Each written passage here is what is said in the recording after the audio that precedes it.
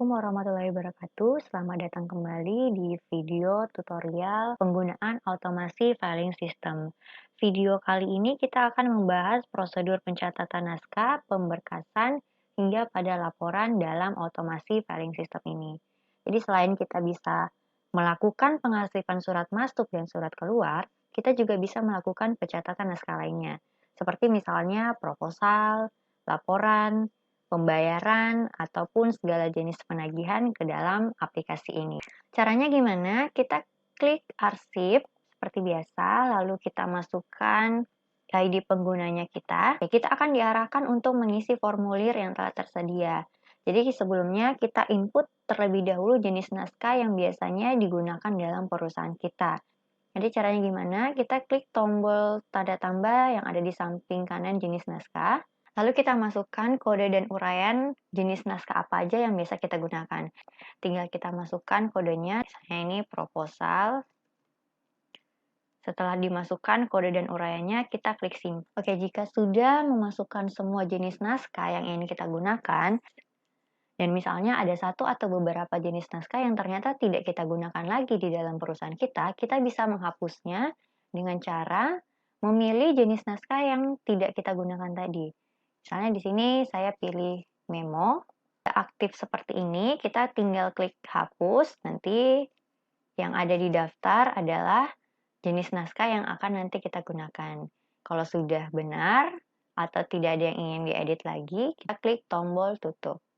Oke, kita langsung aja pencatatan naskahnya. Jadi sebelum melakukan penginputan ini, saya sudah menyiapkan dokumennya dalam bentuk scanan. Lalu saya simpan ke dalam copy digital.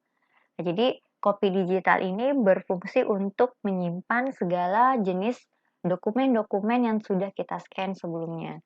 Nah, kenapa harus di copy digital? Karena copy digital ini memang sudah disetting akan kedetek langsung ke dalam aplikasinya. Jadi jangan sampai salah folder. Oke, langsung aja. Di sini kita pilih kwitansi, masukkan nomor naskah dan tanggal naskah sesuai yang ada di dalam kwitansi. Setelah mengisi nomor naskah dan tanggal naskah, kita masukkan judul dari naskah ini dan isi ringkasnya apa yang tertera di dalam kwitansi tersebut.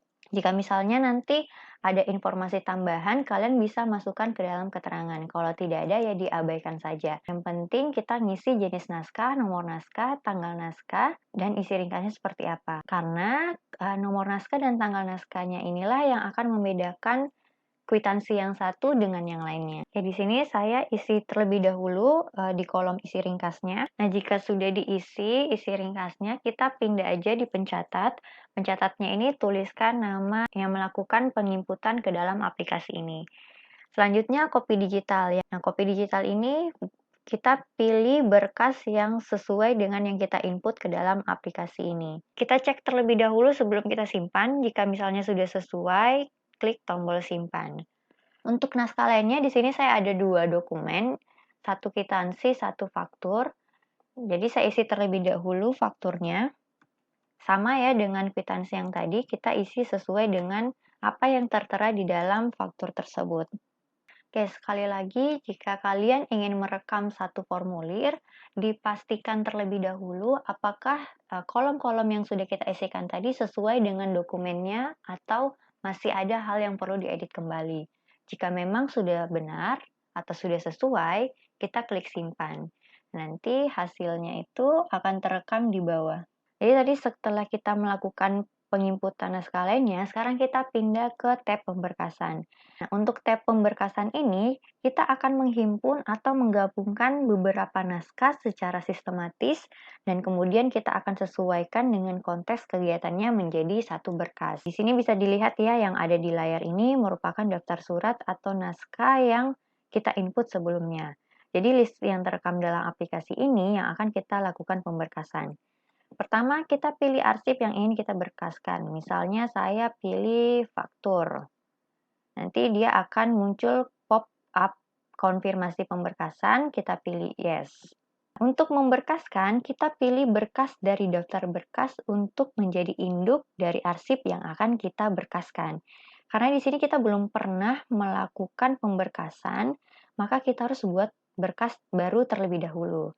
Caranya gimana? Kita pilih buat berkas baru. Nah, nanti dia akan ada muncul formulir seperti ini. Kita pilih kelasnya terlebih dahulu.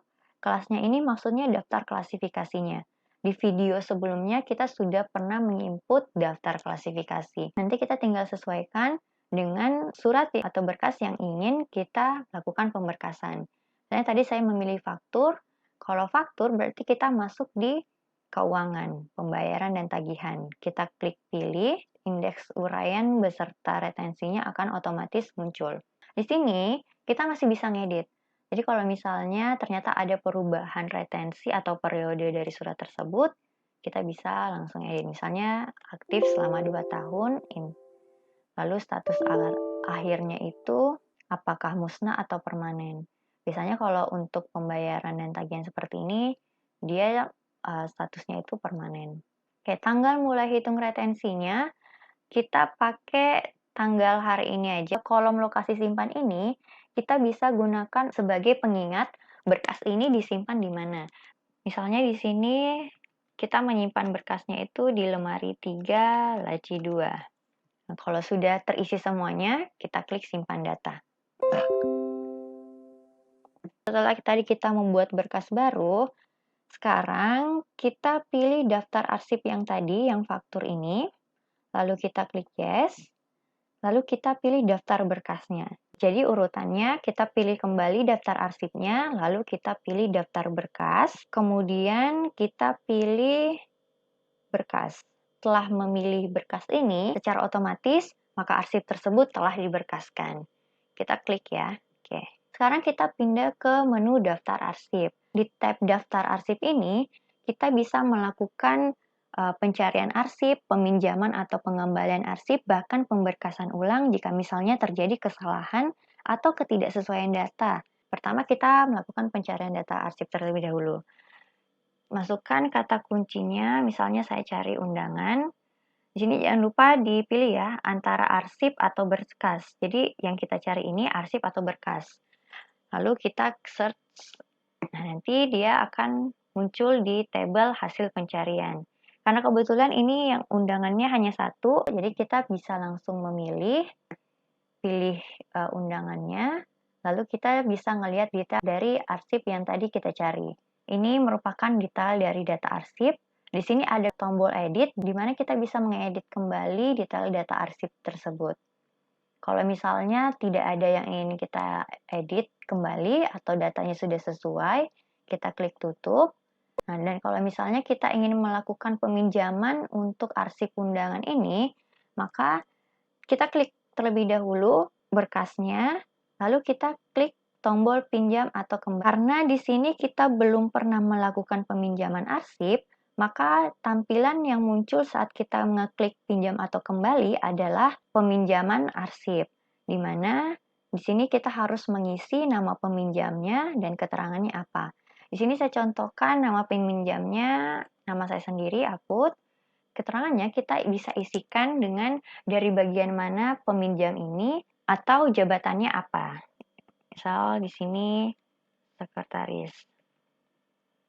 Jika sudah kita inputkan peminjam dan keterangannya, kita bisa klik pinjam. Nanti dia akan otomatis tanggal peminjamannya tertera di dalam formulir ini.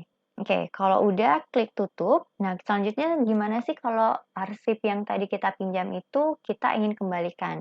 Caranya sama ya. Pilih daftar arsip, kita cari dulu data arsip yang ingin kita kembalikan. Nah, lalu kita klik hasil pencariannya. Lalu kita klik lagi tombol pinjam atau kembali. Karena arsip ini tadi kita sudah pinjam, maka otomatis di aplikasinya ini kita harus mengisi form pengembalian arsip. Nah, caranya kita tinggal ngeklik tombol kembali, nanti dia tanggal kembalinya akan terisi secara otomatis. Nah, jadi sangat mudah ya. Jadi kalau kita mau minjam berkasnya, kita hanya perlu mengisi peminjam dan keterangannya. Dan kalau untuk mau mengembalikannya, kita tinggal ngeklik kembali, nanti secara otomatis tanggal pinjam dan tanggal kembalinya akan terdata. Oke, kalau udah selesai, kita klik tutup. Next, kita buat laporannya. Nah, untuk membuat laporan, kita pilih tab laporan, Lalu tentukan jenis laporan yang mana yang ingin kita cetak. Oke, di sini banyak ya jenis laporan yang bisa kita cetak. Tinggal pilih yang sesuai kebutuhannya kalian aja. Media pencetaknya juga apakah kalian mau cetak ke layar aja atau langsung cetak ke printer. Misalnya, saya contohkan kita cetak ke layar. Kita pilih jenis laporannya, misalnya daftar surat masuk, pilih media pencetaknya, lalu klik cetak. Nah, nanti muncul seperti ini, daftar. Jadi sangat simpel ya penggunaan automasi filing system ini. Jadi kurang lebih seperti itulah step by step penggunaan dari automasi filing system. Jika ada yang ingin tanyakan, kalian bisa komen di bawah. Jangan lupa di-share, like, dan subscribe. Oke, thank you.